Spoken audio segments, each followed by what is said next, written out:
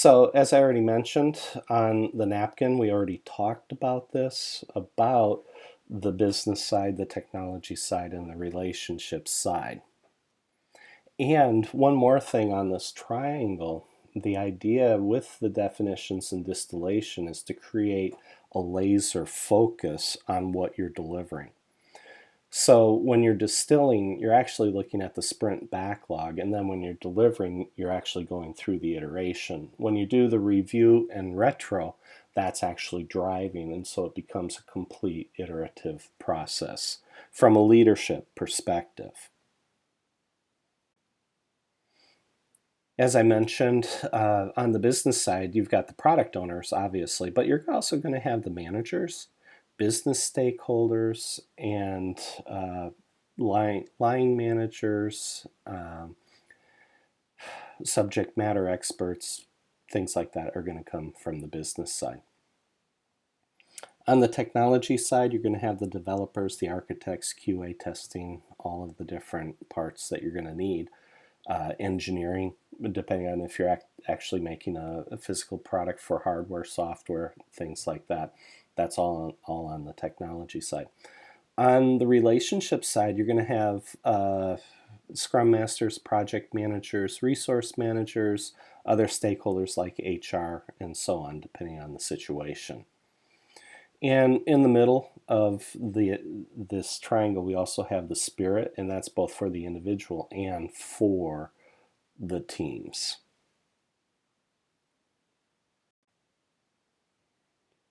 One of the things that Ted and I have emphasized down through the years is that flow is deceptively simple, but simple is not easy. If it were, each and every company would automatically be doing this. Our observation is they're not. Typically, when we show up, we see confusion, friction, and underperformance. And then we use the flow friction analysis to figure out what the source of the friction is. So don't be fooled by the simplicity of what we have, because we have distilled this and honed this and polished it for 25 years. And so what we make look simple, when somebody with less experience but has been trained goes and uses it, they'll go, oh, this is a lot harder than it looks. Okay, now I get it. And so that's the other thing, is it's deceptively simple, it's not easy, and you will find that out when you try to take this knowledge out of our books, out of our training videos, and apply it in real life. This is all great theory until you mix people in. And so this is both an art and a science. Okay?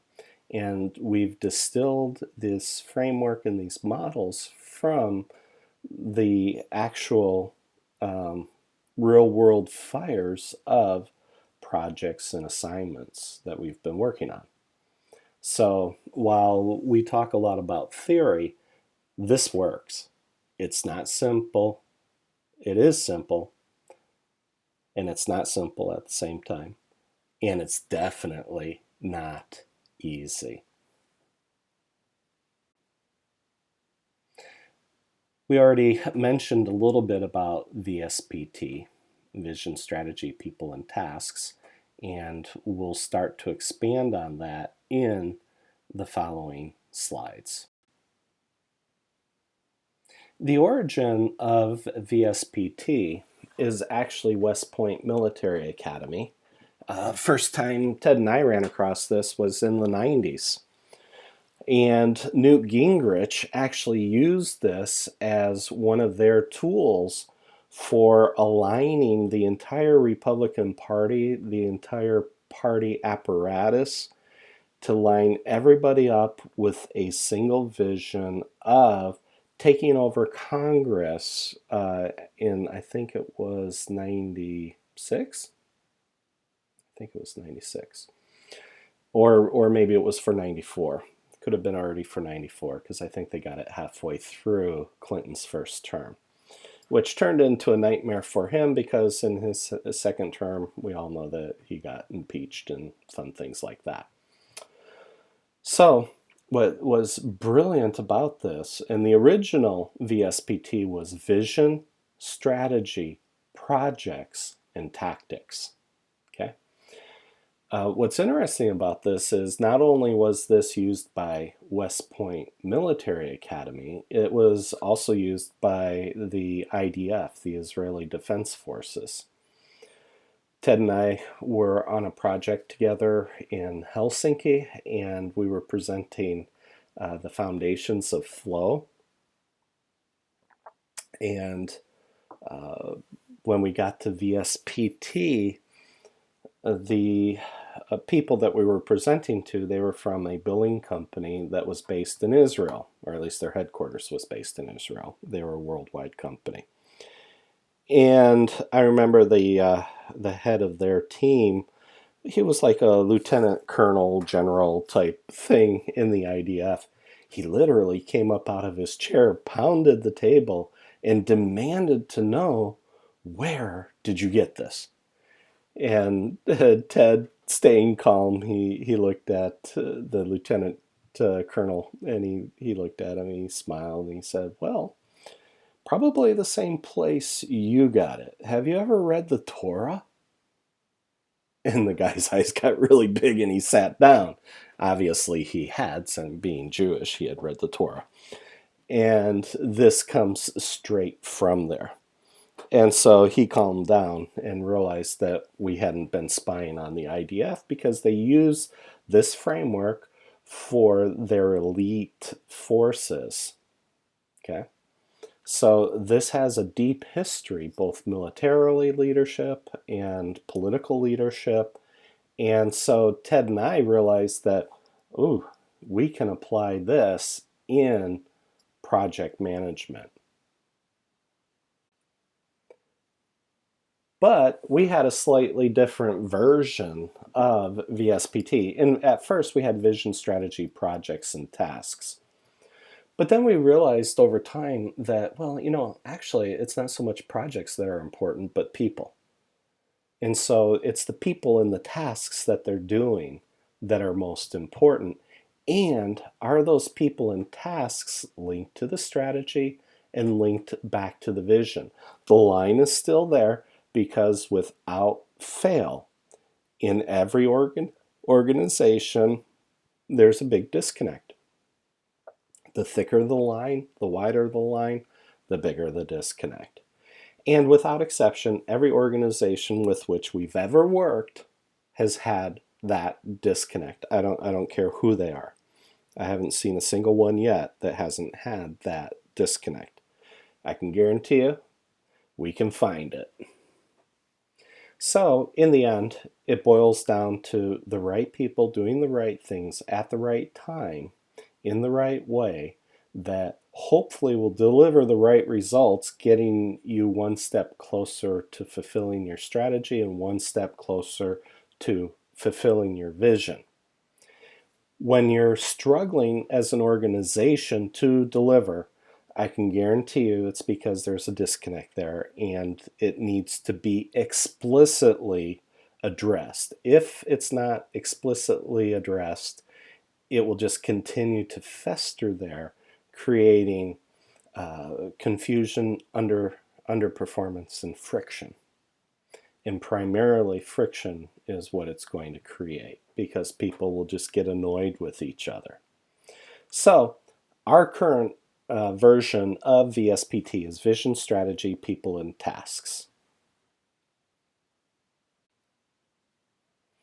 And we have it as the core of what we do.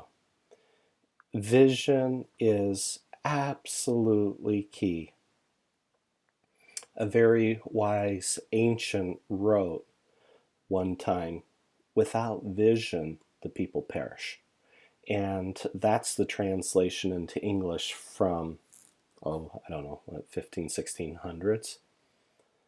But in Swedish, that same proverb says, It's the picture of where the people have no vision, they cast off restraint. But the way it's translated, it uses the metaphor or word picture of someone opening up the barn doors and letting the horses just go running out all over the place, all over the fields. Every horse is running every different which direction. And both of those pictures are true. If there's no vision, your people are going to die. They're going to go, what on earth are we doing this for? Okay?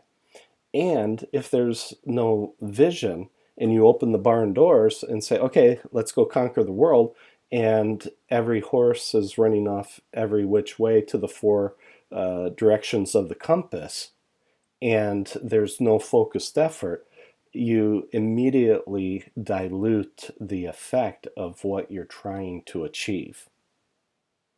And so vision is core, vision is first in the flow formula. In the flow formula, it's vision plus right people plus the 4D model. And we'll talk about that a little bit later.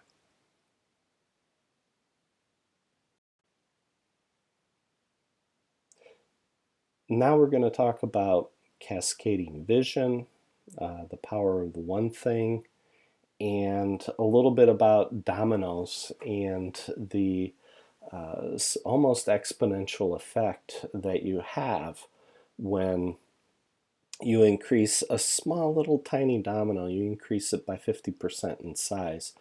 And after 7 or 8 increases in domino size, it's able to knock over a block that weighs a couple 100 pounds or 100 kilos and is chest high. And if you were able to keep going, we'll show you on the next slide how that works. It's a geometric progression, and like I said, you increase it by 50%. If you start with a 2-inch domino, what's that, 5 centimeters? By the 19th domino, if you keep increasing the size, it's taller than the Leaning Tower of Pisa. And so what we're trying to communicate here is the power of the feedback loop. It only takes a little domino to have an exponential effect on the organization. So one of the visuals that we use in bringing cascading vision to life is a concept that the small feedback from deeper in the organization can have this like almost exponential impact further up the food chain, which we're going to show on the next slide. I'm going to include this video link as well as the one with Jamie earlier. Both of those will be included in the playlist on YouTube for this FCP course. So you'll be able to look at those and get a feeling for what we're talking about. The video link had changed from when we published our book. So if you take the link in our book, that's not correct. So you'll want to actually click the link that we have in the playlist there, and I'll try to make sure that that's kept up to date so that people can have the link to the video that we're talking about.